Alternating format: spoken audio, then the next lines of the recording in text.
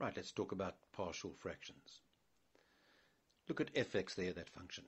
It's a rational function, which means some sort of fraction. I've got an algebraic fraction, 2x plus 3 over x minus 1 times 3x plus 5. And the numerator, which is the top, and the denominator are both called polynomials in some variable x. In other words, some x to the power 1 plus 3 in the top. On the bottom, I'll get a quadratic, which is x to some power 2. It's an x squared, and then I'll have an x, and I'll also have a constant term. But a polynomial is simply a many-termed expression with various powers of x, or some variable that we're talking about. Okay. Now, we define the zeros of f of x are the solutions to the equation where the top becomes 0. So where 2x plus 3 becomes 0. We'll look at that now. The poles are the values of x that make the bottom 0. Okay. So here the zeros put 2x plus 3 equal to 0. Solve that for x, you'll get x equals minus 3 upon 2. So the 0 for that function is minus 3 upon 2.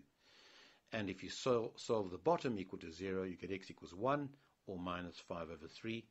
Those are the poles. Okay, I hope you're happy with that. It's important that you know what a proper rational function is. Okay, a proper rational function, the degree of the top of the fraction is less than the bottom. Just like in a top-heavy fraction and a bottom-heavy fraction. Okay, in a normal proper fraction, for example, 2/3, the top is less than the bottom. All right, an improper fraction would be 4/3.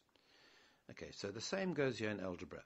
A over 3x plus 5, where a is some number, where the bottom is a power 1 degree 1 polynomial, that's proper.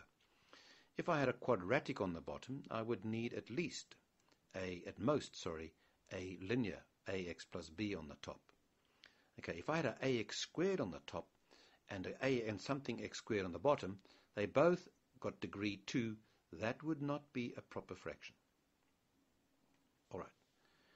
Let's just remind you how we added algebraic fractions. So 3 over x plus 2 over x plus 1. The lowest common multiple is the product of the bottom, x plus 2, x plus 1. Okay, so in order for me to add those fractions, they have to have the same bottoms. If you add 2/7 to 3/7, you may add the top. You get 5/7. Same goes here with algebraic fractions. The bottoms are different, so I can't add them. I need to make them the same. So in the first fraction, I have to multiply the top and bottom by x plus 1, okay, to get a denominator of the x plus 2, x plus 1. In the second fraction, I have to multiply the bottom by x plus 2, so I better do the same to the top, okay, because I must keep the fractions balanced. Now we can add those two fractions. The bottom is x plus 2, x plus 1. You keep the denominator, 2/7 plus 3/7, still 7ths. And you may add the tops and remove the brackets, and I'll end up with 5x plus 7 over those two brackets. Okay. But in partial fractions, we are going to work backwards. We are going to try and write the 5x plus 7 over those two brackets as the original form, 3 over x plus 2, 2 over x plus 1. And you've got to discover the numbers 3 and 2. So we would know that it's got to be the sum of two proper fractions, a over x plus 2 and b over x plus 1, and try and find a and b. All right. Well, if we had to manipulate the right-hand side, just like I did in the above example, we'd have to have the 5x plus 7 is the ax plus 1 plus the bx plus 2. All right. Now, as you'll see in our future examples, all is a matter of substituting some decent numbers into that expression, and you will get your values of a and b. And those values would be x equals minus 1 and x equals minus 2. And those will produce a equals 3 and b equals 2. We're going to look at that in the next bit over here. All right, so see you there. Okay, let's have a look at the 4 cases of partial fractions. If I have two linear factors like x plus p and x plus q, and it's a proper fraction, I know that that fraction there can be written as a over x plus p plus b over x plus q. All right. In fact, if all those factors were linear on the bottom, you would just get more a's and b's and c's. For example, look at that number 4, the one just below number 4.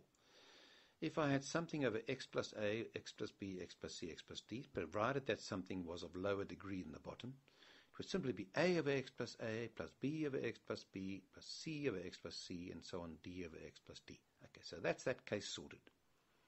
Number 2. This time I've got a repeated factor on the bottom, x plus p all squared. Okay, this would come from a over x plus p plus a b over x plus p all squared. Now why?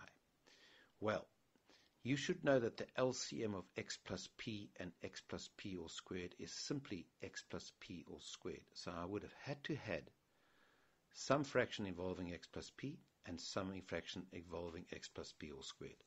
What you wouldn't have noticed is that the a over x plus p and the b there doesn't have to be a linear factor bx plus c. It works in this case.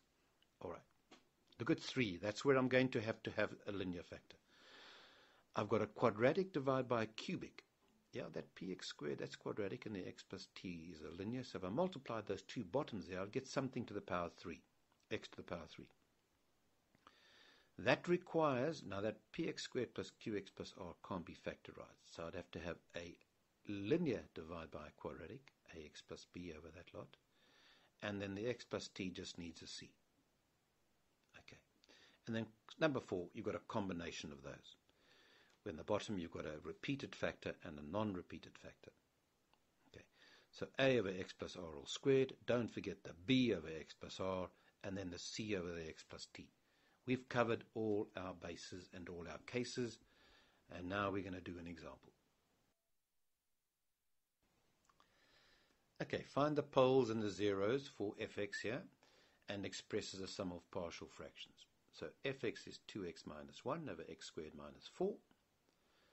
The bottom's the difference of two squares. So factorize it. X plus 2, x minus 2. You should know that. All right, so the zeros are where the numerator, the top of the fraction, is 0. Put that equal to 0. Solve it. X equals a half. Happy? The poles, where the bottom equals 0. Well, if x plus 2 times that is 0, one of those must be 0. If x plus 2 is 0, x is minus 2. If x minus 2 is 0, take the 2 across. X has got to be 2. Now let's find the partial fractions. All right. Right, so I write the 2x minus 1 over x plus 2 times x minus 2 as a over the x plus 2 plus the b over the x minus 2. If I then had to add the fractions on the right-hand side, I need an LCM of x plus 2, x minus 2, and I adjust each of the numerators, the top of each fraction, by the proper amount that I have to. Okay. So, for example, the a needs to be multiplied by x minus 2 if the bottom of the fraction has been multiplied by x minus 2. And the same with the b. All right, now these are identities. Each of those three fractions are identically equal to each other. So the top of the left-hand fraction, 2x minus 1, has got to be the top of the further right fraction, and I've written that down in that line. 2x minus 1 equals ax minus 2 plus bx plus 2. Now we're going to just choose appropriate values, like I mentioned before, to find a and b. A good one to choose firstly is x equals minus 2, because if you put that in, it's going to get rid of the b term. You get minus 2 plus 2 is 0. That'll be the end of that one. Okay, so watch what happens. On the left side, I get 2 times minus 2 minus 1, minus 4 minus 1, that's minus 5. On the right-hand side, I just get minus 2 times a, and that's minus 4a. Okay, divide throughout by the minus 4. A is 5 over 4. And the same goes if you choose x equals 2. Try it. You'll land up with b equals 3/4. So there's fx. It's 5/4 divided by x plus 2, which is 5 over 4 brackets x plus 2, plus 3/4 over x minus 2, which is the same as 3 over 4 x minus 2. Hope that's all okay.